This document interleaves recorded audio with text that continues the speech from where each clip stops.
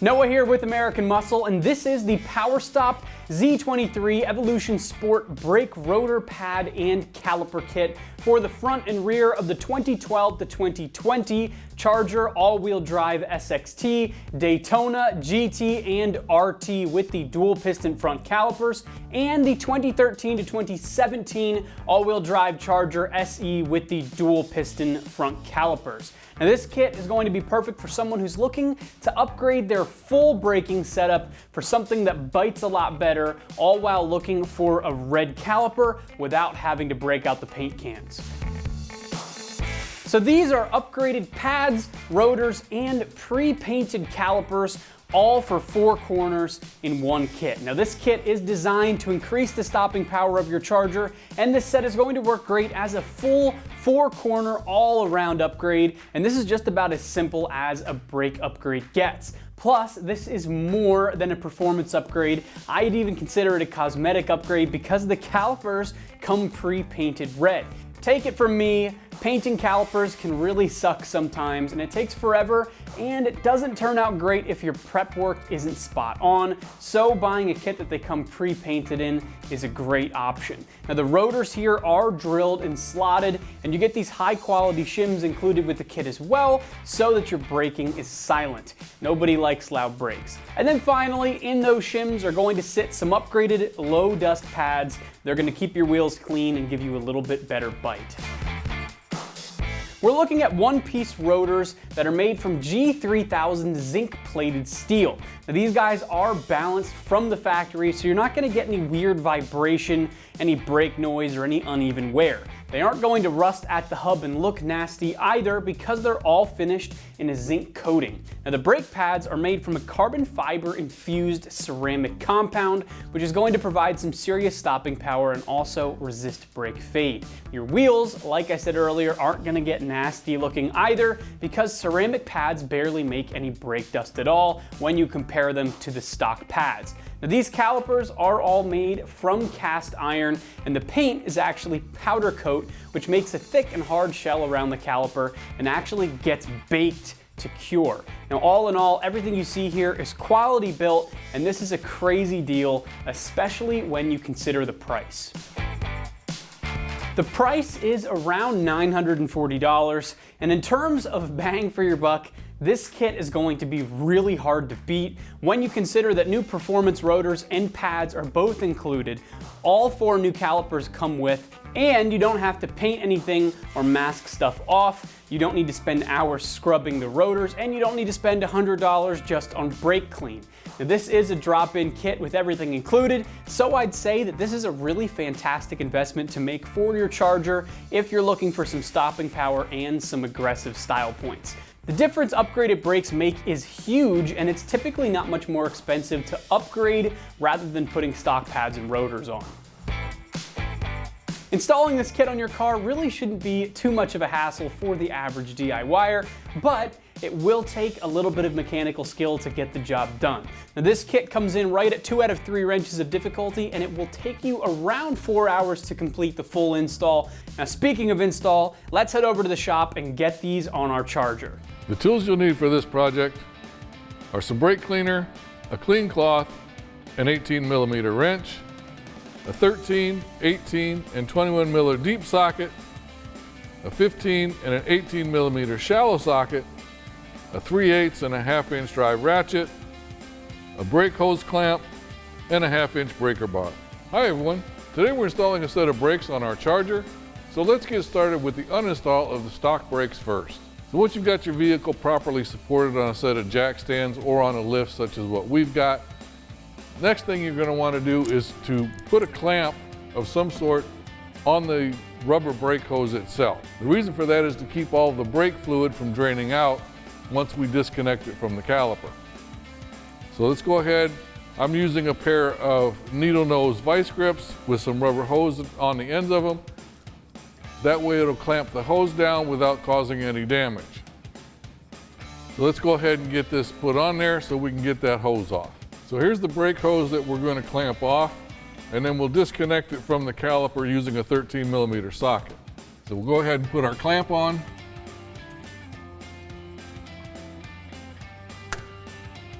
Now we'll use our 13 millimeter socket to remove the banjo bolt up front. So we're going to use our 13 millimeter socket to undo this bolt here on the brake hose and the caliper. Now you may also want to put a drain pan underneath it because there will be some leakage that comes out, but it won't be that bad.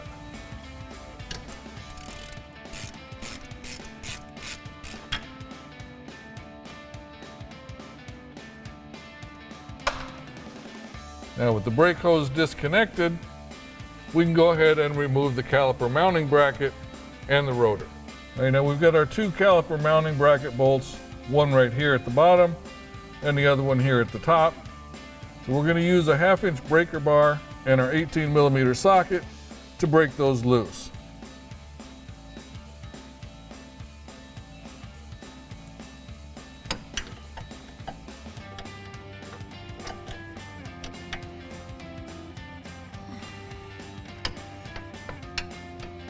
We'll do the top one.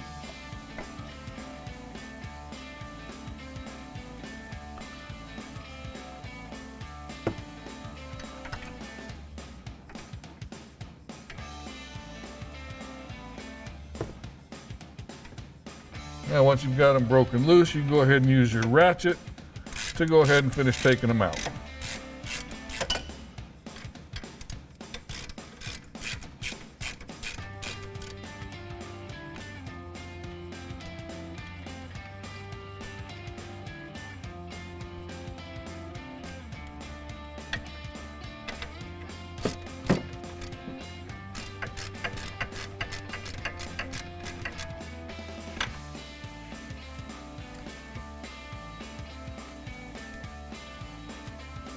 And you might want to hold on to the caliper itself while you're taking out this top bolt, just to keep it from falling.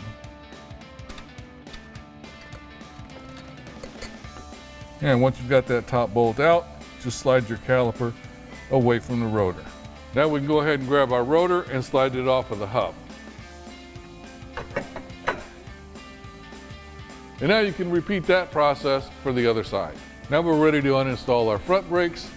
So we'll go ahead and clamp off our hose to prevent too much fluid from leaking out.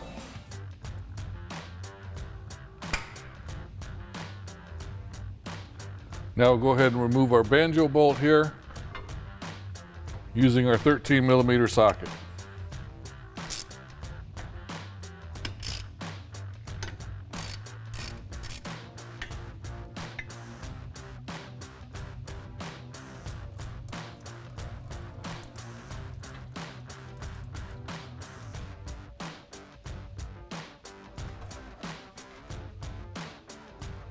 Now with our banjo bolt and our brake hose removed from our caliper, we'll go ahead and loosen up the two 21 millimeter bolts on the back for our caliper mounting bracket, and we'll have to use our breaker bar and our 21 millimeter socket.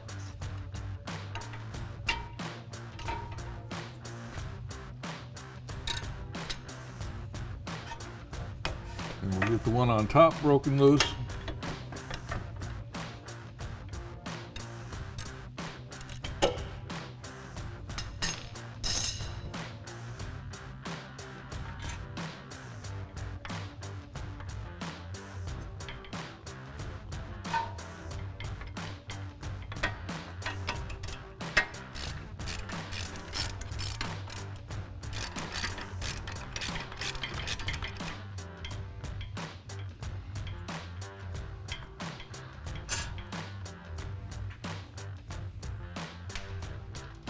And now we can just slide our caliper away from the rotor. Now you can pull your rotor straight out. Now once you've got your rotor out of the way, you can go ahead and repeat that whole process on the other side. Now before we can install our new brakes, we do have to get our pads installed inside our new calipers. As you can see, they come partially assembled. So what we're going to do is going to have to open this up a little bit so that we can get our retaining clips and our pads installed. So to do that, what you're going to need is an 18 millimeter wrench and a 15 millimeter socket. And we'll go ahead and put the wrench on the back side, our socket on the front side.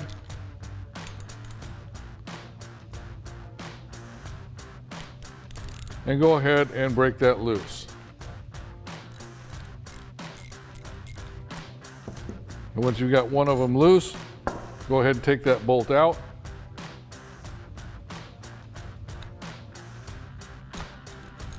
And then we can just flip it up like so. Install our retaining clips, and they just press into place.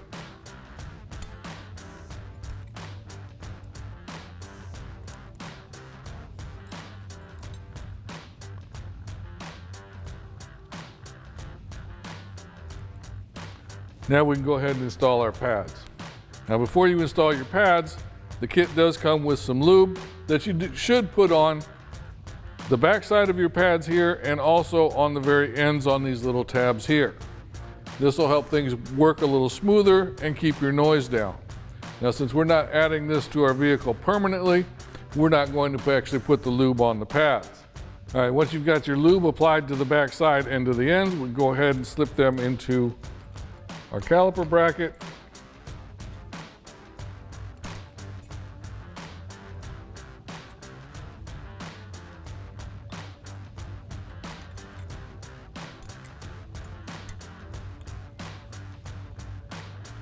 And then go ahead and close everything back up.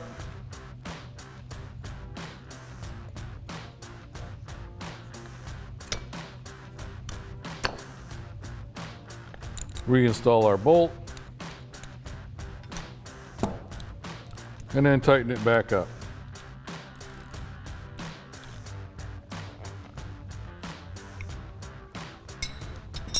Now let's get our front pads installed. Now, just like our rears, we're going to have to open up our caliper here. So we'll use our 18mm wrench and a 13mm socket.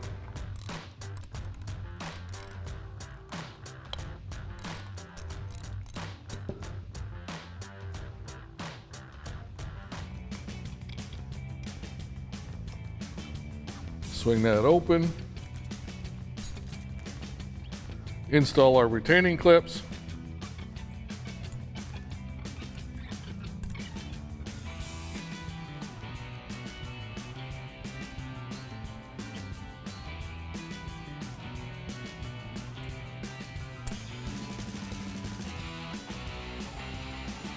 And then just like the rears, apply the lubricant to our pads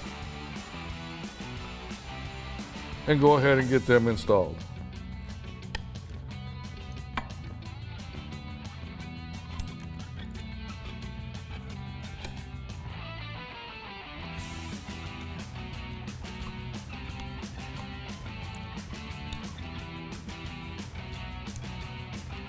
Now, once you've got them installed, go ahead and close it back up.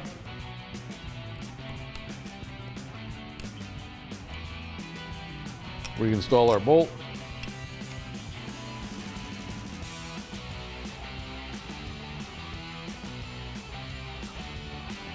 And tighten it down. And now you can repeat this whole process for the other side. Now that we're ready to install our rear rotor, you want to make sure that you have the correct one for the correct side that you're working on. Because of the fact that they are slotted and drilled, they are side specific. Now, one way that you can tell that you've got the correct one for the side that you're working on, of course, is to look at the sticker. Make sure that it says rear driver's side or rear passenger side, depending on which side you're working on. Another way that you can tell is by looking at the way that the slots and the holes are drilled.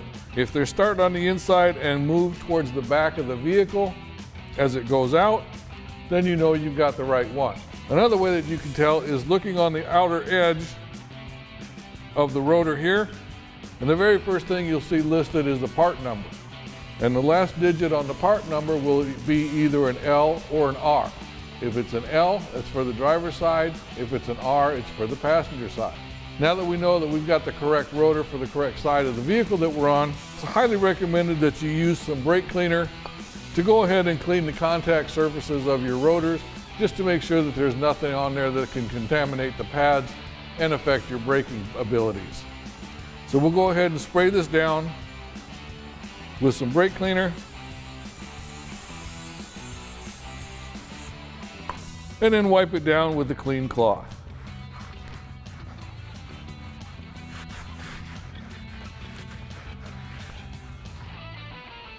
Now, you also want to make sure that you get the back side, and on these, because they're the rear, the inside here is where the parking brake sits. Make sure you give that a good cleaning and wipe down as well.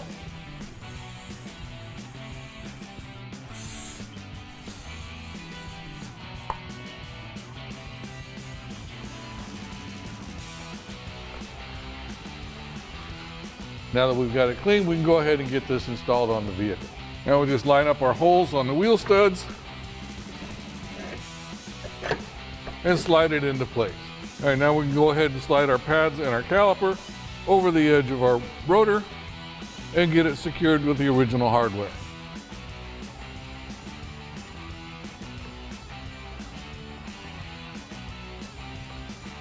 We'll go ahead and install our bolt.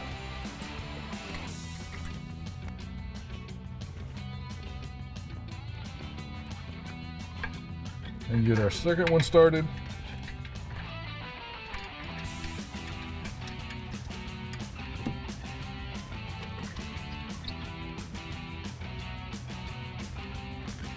Now we'll tighten them down with our 18mm socket.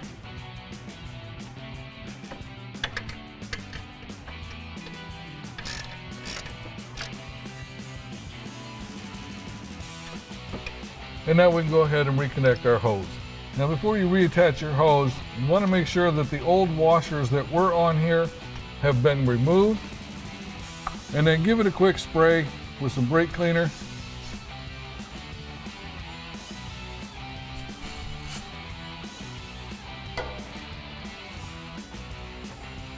You just wipe it down real good. And the kit does come with a couple of new washers. So you're going to put one on the bolt, slide it into the banjo fitting, and then put the other washer on the other side. Now you're ready to install it. So to do that, I'm just going to remove the plug that comes with the caliper, and then go ahead and insert your fitting.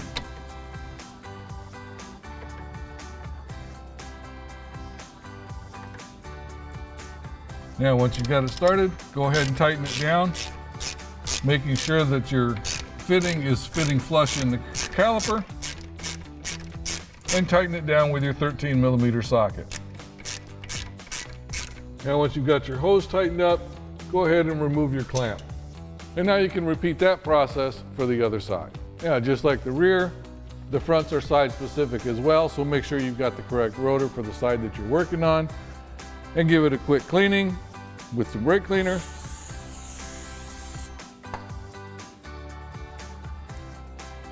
Wipe it down with a clean cloth.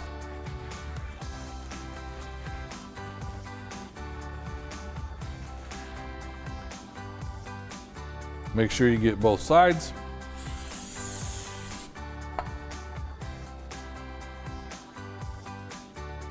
And now we'll go ahead and get this installed. Again, line up your holes and slide it onto the hub.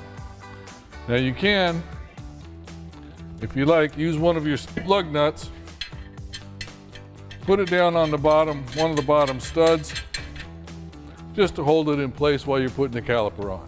Now we can go ahead and install our caliper and using the original hardware to hold it in.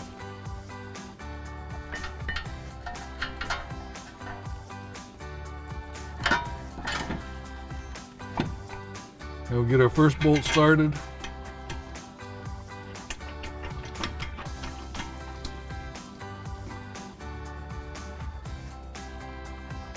And get our second one started.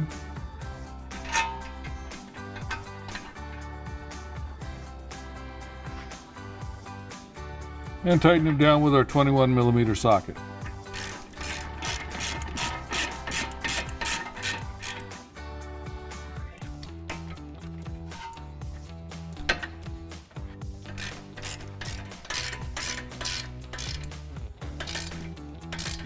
And just like we did on the rear, make sure that your fitting is clean.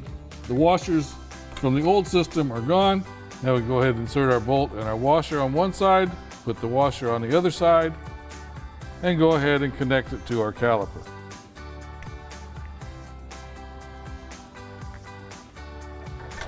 And we'll tighten it down with our 13mm socket.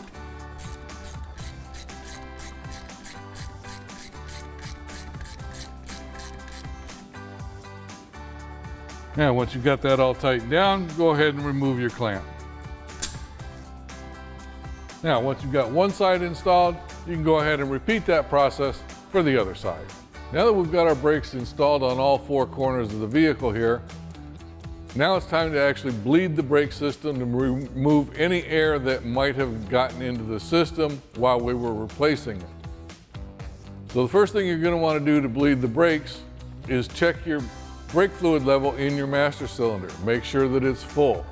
Once it's full, then you're going to go ahead and bleed the brakes. The best way to do this is starting from the caliper that is the furthest away from the master cylinder. So in our case, since our master cylinder is on the driver's side front, we're going to go to the passenger side rear to start off our brake bleeding process. And then from there, we'll go to the driver's side rear, move up to the passenger side front, and then finally do the driver's side front.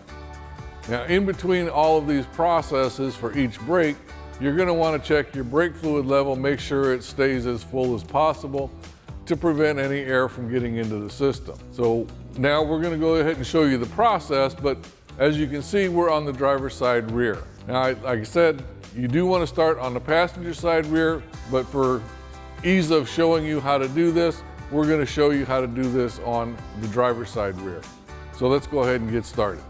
Now you can pick up this vacuum pump brake bleeding system at pretty much any auto parts store, and it's very handy, it's very quick, and it's a whole lot less messy than just trying to do this by bleeding the bleeder screw. So what you're going to do is you're going to get this hooked up with a hose on the pump, a container that comes with the kit, and another hose on the other side of that with a fitting on it that will fit on your brake bleeder screw. So we'll go ahead and attach this to the screw. Make sure it's nice and tight. You don't want any air getting through there. And then take your 10mm wrench and open up this brake bleeder screw. Once you've got that open, enough that you can actually provide vacuum to the system, then you're going to start to just squeeze the pump and start sucking out the brake fluid and the air from the system. Now the brake fluid will come down in here, and you're just going to keep pumping this until there's no more air coming out of the brakes. And once you get all the air out, then you go ahead and close up that bleeder screw. You can remove the fitting off of here and double check your brake fluid level and move on to the next wheel. So we'll open up our brake bleeder screw here with our hose attached. You don't have to open it up very far, just enough to actually let the fluid start coming out, and then just start squeezing your pump. So as you squeeze the pump, you can see the fluid start coming out of the system. So we're just going to keep pumping and sucking all the air out of the system. Now once you see that it's nothing but brake fluid coming down and no air, then you can go ahead and stop. Once you stop, go ahead and tighten down that bleeder screw. Remove your fitting. Put the dust cap back on, and then move to the next wheel. Like I said, between each wheel, you want to double check your brake fluid level, make sure that it's full so that you don't introduce any more air into the system. Once you've completed all four wheels, fill it up the brake master cylinder for the last time, and you're good to go. And that wraps up our review and install of the PowerStop Z23 Evolution Sport brake rotor pad and caliper kit for front and rear of your 12 to 20 Charger all-wheel drive SXT, Daytona, GT, and RT with dual piston front calipers, and your 13 to 17 all-wheel drive Charger SE with dual piston front calipers. Thanks for watching, and remember, for all things Charger, keep it right here at AmericanMuscle.com.